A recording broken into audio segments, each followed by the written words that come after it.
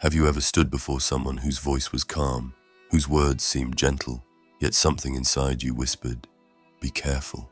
Not because they shouted, not because they threatened, but because their question felt like a trap. That is how manipulation survives in our world. Not through force, but through finesse. Not through chaos, but control. And the most effective weapon of the manipulator is the question. Subtle, measured, coated in reason. But make no mistake, it's not truth they seek. It's your hesitation, your self-doubt, your silence. I've seen this tactic in the battlefield of Rome, and I see it now in the world of boardrooms, politics, and relationships. A boss might use it to bury your instincts. A partner might use it to silence your intuition. A friend might use it to guilt you out of setting boundaries. The Stoics understood this game. Marcus Aurelius wrote of staying calm beneath manipulation. Epictetus taught that nothing can control you unless you allow it. Seneca warned, "The tongue can hide the truth better than any cloak." So today, I bring you 5 questions, often used by liars, not to understand you, but to control you.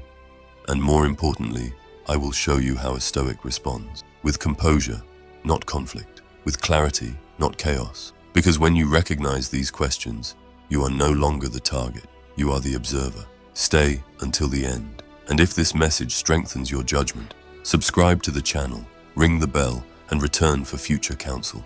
Not to follow me, but to sharpen your mind. As Marcus wrote, "Be like the cliff against which the waves continually break, yet it stands firm." Now, let us begin. Question 1. Why are you being so sensitive? On the surface, this question sounds gentle. It wears the mask of concern. But listen carefully, and you'll hear the edge. Because this is not curiosity. It is correction, a subtle accusation. What they're truly saying is, you're imagining things. Your feelings can't be trusted. The problem is you. Think back. How many times have you spoken a discomfort, and it was dismissed with a chuckle, a sigh?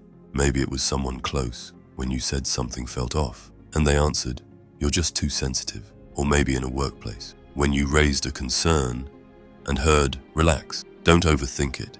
That is not empathy, that is strategy.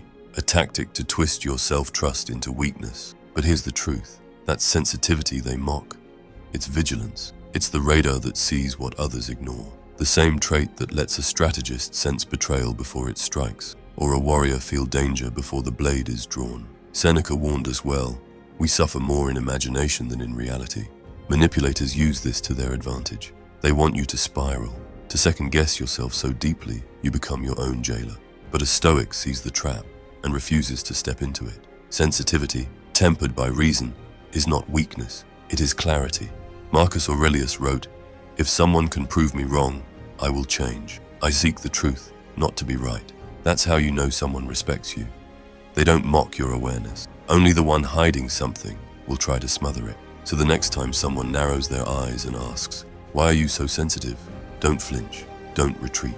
Meet their gaze and say, "I'm not being sensitive, I'm being perceptive." Does that make you uncomfortable? Then watch. Watch how the room changes.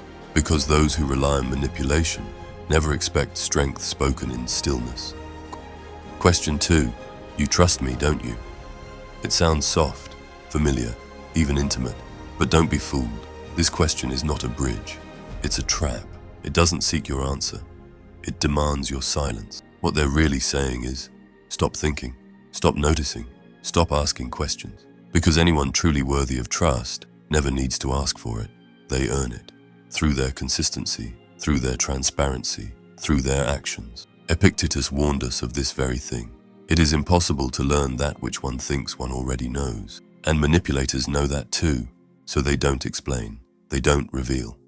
They pressure, they turn trust into a shield to hide behind. Picture this, a business partner who won't show the numbers, but leans in and says, "Just trust me."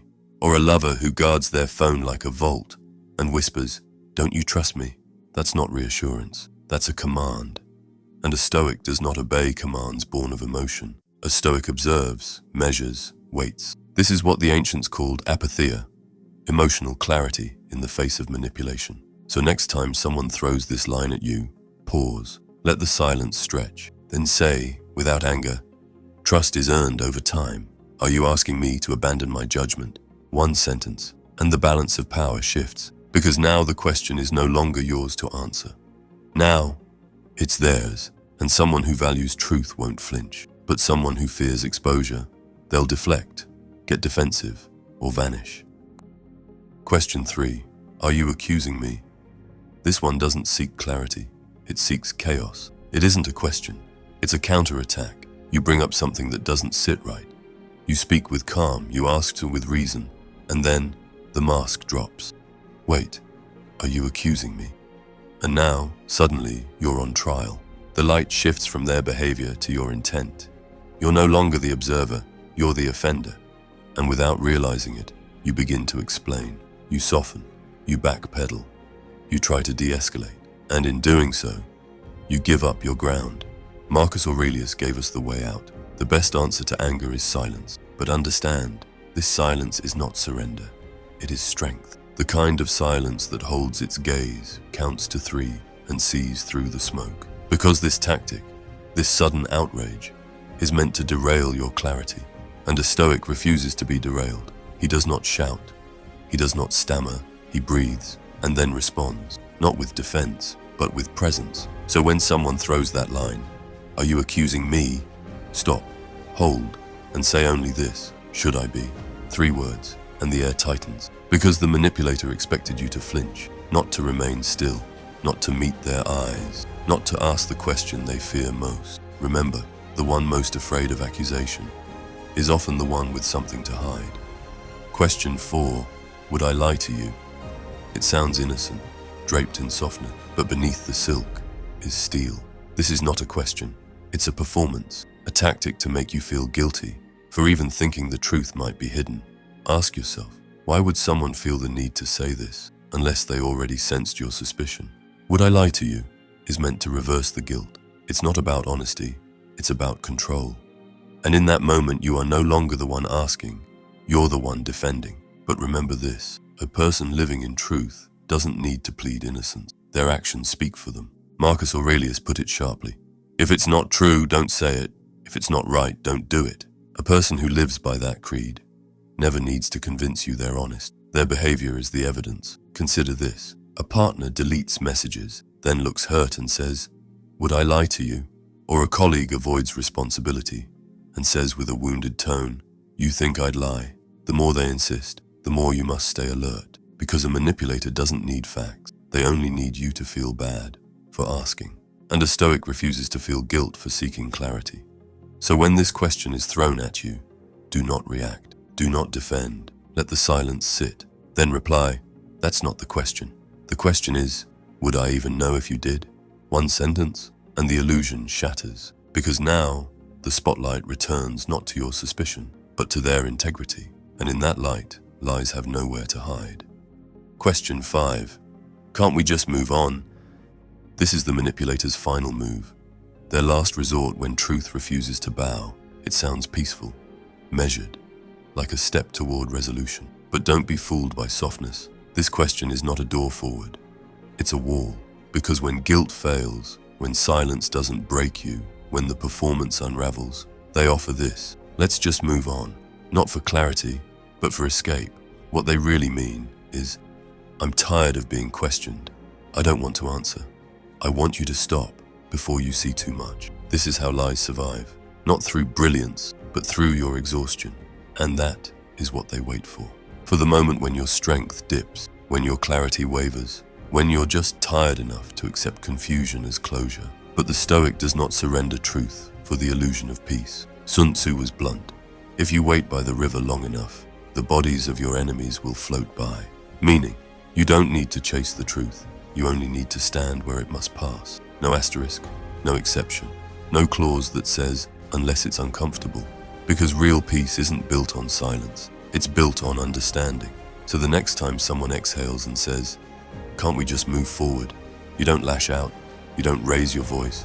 You breathe and say, "I'll move forward when I understand what happened, not a moment before." That line is your anchor, your shield, because the Stoic moves at his own pace, not rushed by guilt, not steered by pressure, but rooted, like an old oak in a violent storm, unshaken, unapologetic. unmoved. You've now seen the 5 questions. Not innocent, not harmless. Each one, a blade disguised as a handshake. Each designed not to discover truth, but to disarm it. But now you see the architecture behind the mask. You are no longer reacting. You are watching. You are no longer the pawn. You are the player. And that changes everything. In the comments, write just 3 words. I choose clarity. Because that is what the Stoic chooses. Not chaos, not comfort, but clarity, even when it costs. And the law you should always follow. The man who sees clearly cannot be controlled. Not because he fights, but because he doesn't flinch. So hold your standards, honor your perception, set your boundaries without apology. You're not cruel for asking questions. You're not weak for seeking truth. You're awake. And in a world built on illusion, the one who sees clearly is always feared. Choose discipline, choose reason.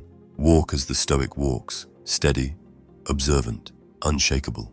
If this message strengthened your armor, hit that like button, subscribe to the channel, and ring the bell so you never miss a lesson. Not for me, but for your own clarity. I am Gaius Magnus, and this is your reminder. Don't play the game, write the rules.